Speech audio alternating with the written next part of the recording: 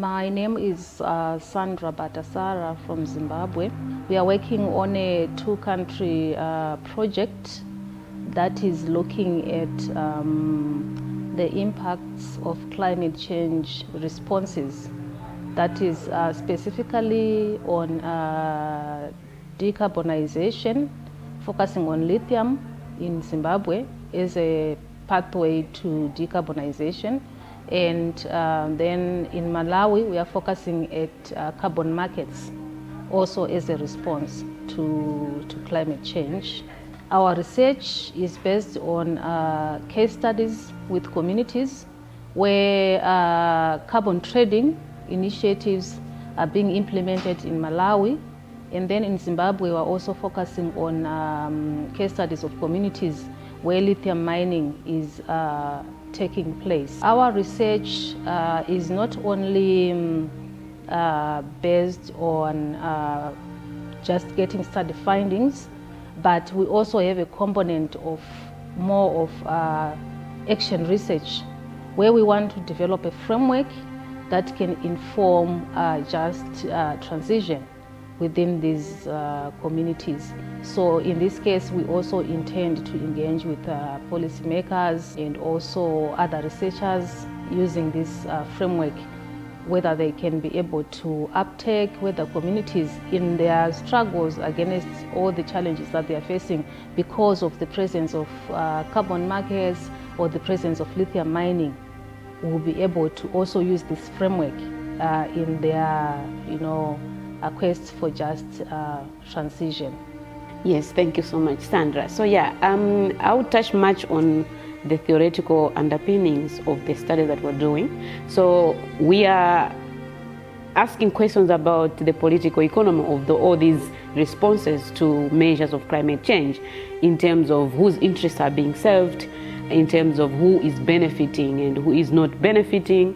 And more particularly, we're zeroing in on the social reproduction implications to say, for example, if we take an example of carbon trading that is happening in Malawi, we look at how much are the local communities benefiting from this, because the initiative is being pushed by multinational companies, and more recently the government is coming in to say, okay, we need to regulate that market so that we can also benefit money from that.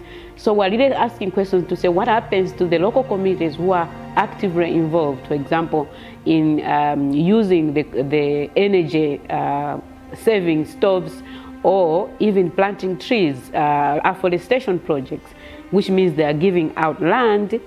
Some are even engaging in selling their land, because others are buying to plant trees for the carbon trading projects.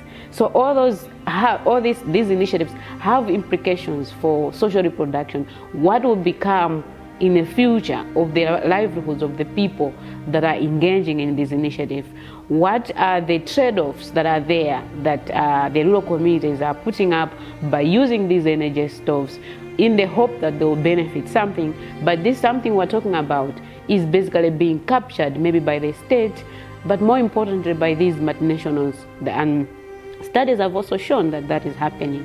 Again, in Zimbabwe, where we're looking at lithium mining, we're also looking at who is going to be benefiting from these initiatives. So all these will form our research to kind of develop that framework in terms of how can we advocate or talk about just transition in these initiatives that are meant to reduce the impact of climate change. The innovation in our research is that we are tying these three concepts: structural transformation, decarbonization, and just transition. Where we are looking at structural transformation, we are looking at the macro aspects, what is really happening in terms of the lithium industry in the country, for instance. What is happening in the carbon trading market in Malawi, and what are the processes that are involved. And then we look at the decarbonization aspect then to say, what are the impacts of these responses to various communities, like what Ravne said. And then just transition aspects, we are looking at issues of justice, both procedural, distributive justice, as well as restorative justice.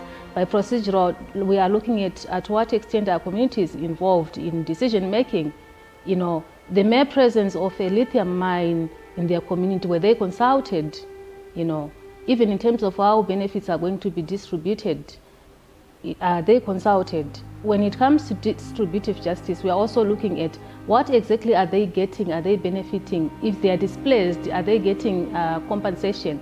Restorative, we are looking at if they are still staying within these communities, if water is contaminated, if there's deforestation because of lithium mining, are they getting, you know, any form of restorative aspects, rehabilitation of their communities? Like Loveness said, they are losing land because of afforestation projects in the carbon trading initiatives. Are they getting any compensation? Or if they lose their land, whether they sell it themselves or not, it is because of factors that are beyond their control. So there should be some form of maybe resettlement or, you know, restorative justice in terms of, you know, compensation that occurs. So those are the issues that we want to do. Secondly, our other innovation is in terms of our methodologies. We are using a mixed method approach, both quantitative and qualitative, but also, like we are saying, we have developed our research in terms of a more engaged research, where we are saying we are not only focusing on just collecting data and producing a publication, but we also want to also engage policymakers and do policy influencing using our research. And we are using also other methods like photo voice that are new within this space of understanding, you know, structural transformation and labor issues as well.